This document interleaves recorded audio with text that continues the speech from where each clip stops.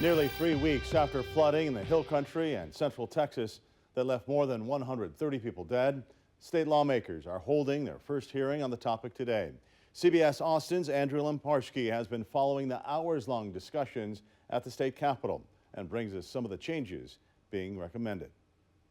You could feel the gravity of today's hearing, even in the halls outside.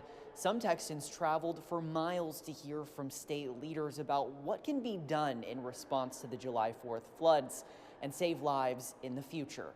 It's a phrase Texas Department of Emergency Management Chief Nim Kidd kept repeating Wednesday. We're better than that. We can do better than that, and we need to. We're better than that, folks. During a rundown of the timeline of events in Kerr County on July 4th, Kidd pointed out the room for improvement among state and local emergency responders. And I had my radio with me, and I asked to be able to talk to them on theirs. But their San Antonio radio doesn't work in that footprint. Kidd made a number of recommendations to the House and Senate disaster preparedness committees. The focus, improving how state and local authorities can better work together during a disaster scenario. Do we need a better system for warning? Yes. Yes. What does that look like? I don't know. Representatives from the Texas Department of Transportation, Texas Department of Public Safety, and Texas Parks and Wildlife also answered to lawmakers. This is not a normal attaboy of the agencies and what went right. This is a hearing to try to figure out how 137 people died and why we've been convened. Top 2 lessons learned going forward, what would you say those are? Wednesday's testimony included a long list of possible solutions, from post-disaster volunteer check-in systems to stronger credentialing rules for local emergency managers. The options for lawmakers to tackle will likely go beyond just a 30-day session. Many are already referencing addressing them in 2027. I don't ever want to go through this again. Sure. I know none of you do, and we don't want the heartbreak for any other families in Texas. We've got to figure this out. The committees are set to meet again next week, but not here in Austin. They'll be traveling to Kerrville to hear directly from local leaders and people who were impacted by the July 4th floods. Reporting in the state capitol, Andrew Lemparski, CBS Austin News.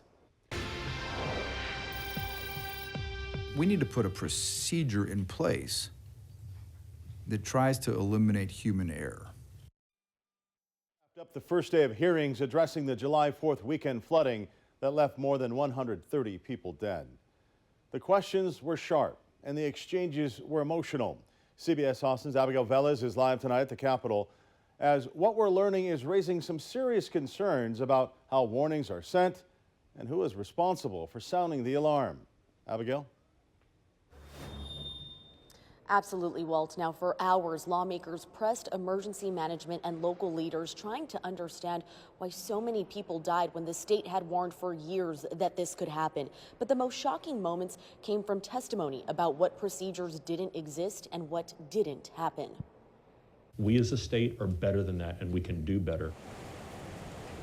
It's one of the deadliest floods in Texas history, and today, state lawmakers got their first chance to ask why. The answers were often hard to hear. There is no system in place today to ensure that County Judge X or Mayor Y or Emergency Manager Z is getting the same information that we are getting from the National Weather Service. You do see the problem with that, right? I do. The state's top emergency chief, Nim Kidd, says Texas does not have a central flood siren system, so there's no guarantee local officials get the same alerts as the state. Lawmakers say that gap may have cost life-saving hours, and so did the lack of a clear chain of command. At 5:32 a.m., another rescue team arrives in Kerr County and asks, who's in command? The dispatcher team says they don't have an incident command. Can you advise who's running command? The team asks, how do you coordinate the efforts? Then the focus shifted to local responsibility. Who was behind the wheel in the middle of the night in Kerr County that should have been the person that was up being prepared to sound the alarm? I cannot answer that. The Upper Guadalupe River Authority manages the river which flooded Kerrville and has played a role in flood planning for decades. I think anybody would have done anything in their power to prevent the devastation if it had been predicted.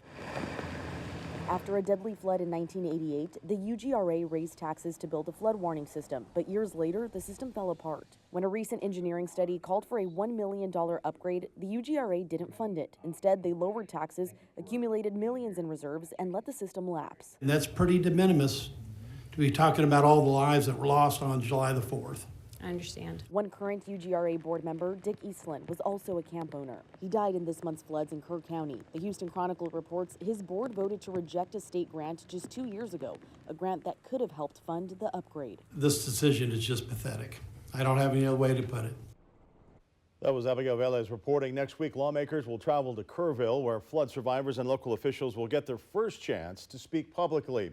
In an interview with CNN, the Kerr County Sheriff says the county official responsible for coordinating emergency response was likely asleep at the wheel at home during the morning of the July 4th floods. The National Weather Service began forecasting the threat of flood and flash flooding early as Thursday morning. This is what the sheriff had to say. What was happening on that day? Was he working? Were you getting? Well, you got to remember this happened. What started, anywhere from 1, 2, 3 in the morning. I'm sure he was at home asleep at that time. He was home asleep. Yes.